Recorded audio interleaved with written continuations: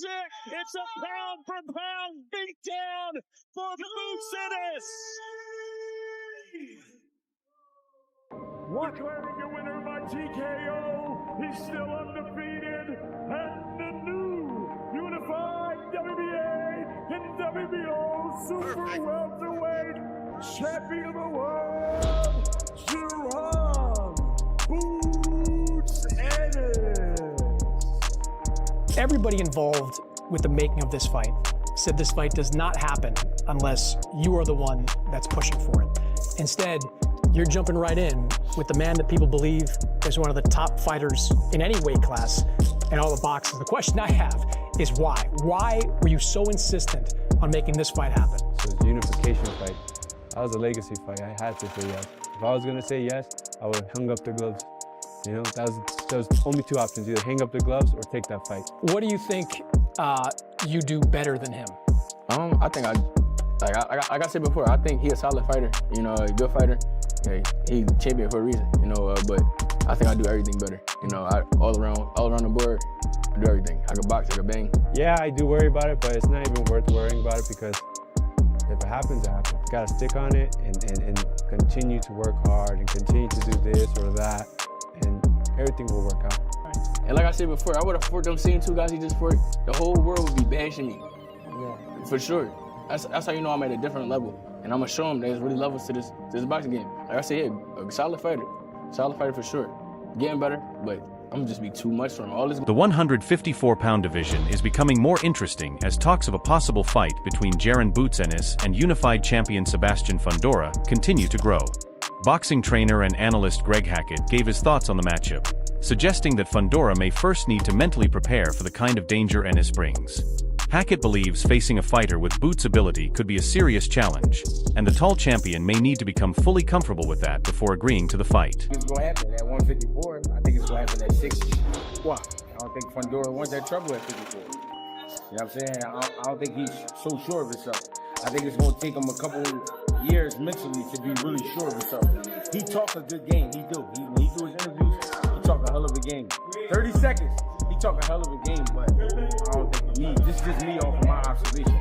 I don't think he's pleased with himself just yet to say he's gonna fight Boots after this fight. Chris Algieri considers Fundora one of the toughest fighters in the division to figure out right now. He pointed to Fundora's huge physical advantages, while also noting how much the champion has developed since his fight with Brian Mendoza. According to Algieri, Fundora has become more disciplined, uses his jab more effectively, and does a better job of avoiding unnecessary exchanges. Those changes have made him a more complete fighter and could make him one of the hardest opponents available at 154 pounds. Puzzle. He's so long and he's getting better. He's improving. He's learning how to use his size. He's using his jab. He's being more disciplined. He's not taking risks like he used to. Talk about a guy who used to allow people to hit him and then has figured out that you shouldn't do that at the highest level in that Brian Mendoza fight. But since then, he's been very, very good. So, yeah, I can understand why people would see him as the final guy because, again, with those physical advantages and the way that he's getting better, very, very. Tim Bradley Jr. also believes Fundora has become an extremely difficult opponent at this point in his career. Bradley suggested that some fighters may not want to challenge him while he is performing at such a high level. Instead, they could choose to wait and see if Fundora eventually begins to slow down. The fact that fighters may think that way shows just how much respect the towering champion has earned throughout the division. Because that man is from around my way. He's from around my way. He's from the valley. I got none but respect for Fundora. They see the danger in fighting him right now. He's hot. Hackett believes Ennis versus Fundora would be especially interesting because their physical styles are so different. Fundora can use his unusual height and long reach to fight effectively from the outside, giving him a clear advantage at distance.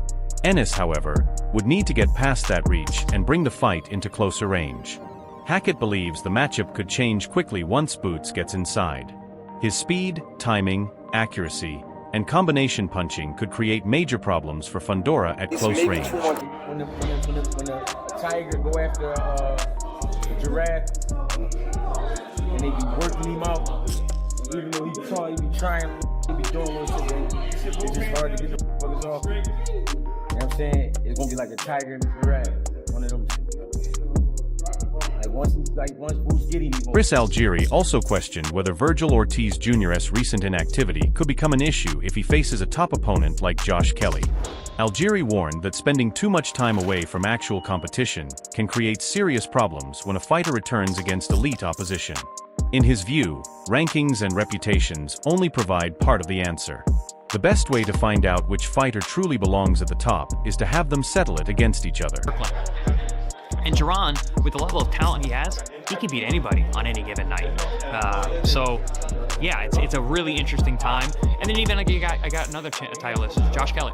Yeah. Very, very difficult style. And he knows what he is, he knows what he isn't. He will fight his fight. So he's a disciplined guy. He's got a lot of heart. He showed that in the Murtaza Liev win. So yeah, it's a lot of very good champions at one. Stephen Breadman Edwards expects Jaron Ennis to face two completely different challenges if he fights Sebastian Fundora, and Virgil Ortiz Jr. Edwards believes an Ennis Fundora matchup could become intense early, with Boots eventually using his pressure and accuracy to break down the much taller champion and possibly score a stoppage. However, Edwards expects the Ortiz fight to be more tactical and potentially last much longer.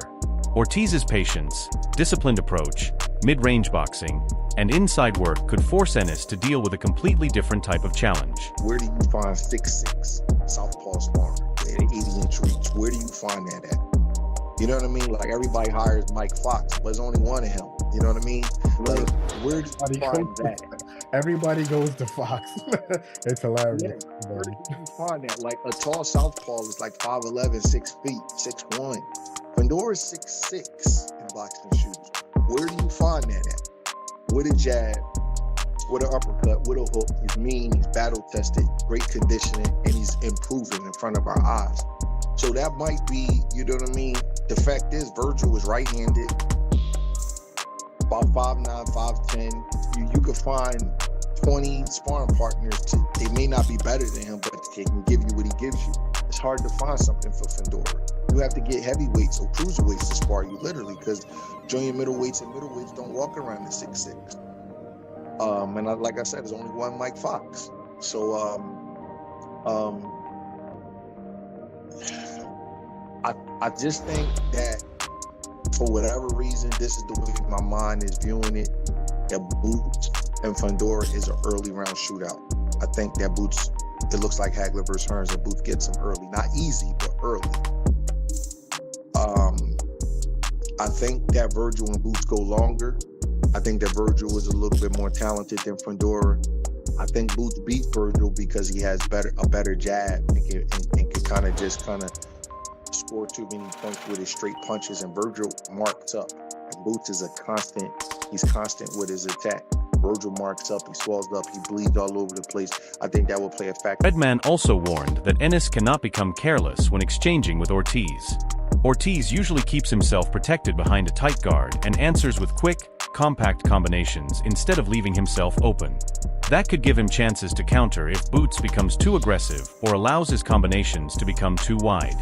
Even though Edwards still favors Ennis, he believes the mid-range exchanges could be the most dangerous part of the matchup for Boots. He doesn't drop his hands, he throws his punches right from where they're at. He throws short, quick hooks and uppercuts, and he's kind of even-handed. And I think that will be, Boots will have to be on his game because Boots likes it. Even though Boots could play with Virgil and do fancy stuff from the outside and use his speed, at some point, Boots is going to back Virgil up, try to back him up, start beating his body and working in the mid-range and the inside, because that's where he likes it. That's how he sees a fight. You can't fault a person for seeing a fight the way they see a fight, but that's where Virgil likes it also. And I think that in there, that Boots will have to be really, really sharp, because although Boots is more talented than me, to me, I think sometimes Boots right in those ranges, he drops his hands a little bit and kind of wings his shot sometimes. And Virgil is a little bit more tighter and shorter right there. I think that will be the one area that Boots will have to be careful with Virgil if they're exchanging. Like, let's say they're exchanging hooks and Boots throws one of his winging type of hooks and Virgil just sit on one, boom, and turn it right over. I think that will be right there, where Boots could possibly have some trouble. So I think that he will have to be more careful with Virgil. With Fundora, the game plan is a little bit easier because he's so tall. He got to just, you know what I mean? He got to dog him. He gonna have to dog him. And believe it or not, Hines, sometimes the more difficult fight is the fight where you have to pick which game plan to execute. Because Virgil, he can outbox Virgil, in my opinion, right? But somebody else may say, you know what, Virgil's a come forward fighter. If Boots pushes him back, then the fight's over with. That's another way of looking at it. If Ennis and Fundora eventually meet, Greg Hackett expects Boots to gradually take control before breaking the champion down in the later rounds. Hackett believes the fight could remain competitive deep into the contest before Ennis finds the opportunity to stop Fundora, possibly between the 8th and 10th rounds. His prediction is based on Boots' speed, timing, technical ability, accuracy, and power. Hackett believes those qualities could give Ennis the advantage over the level of opponents Fundora has faced so far.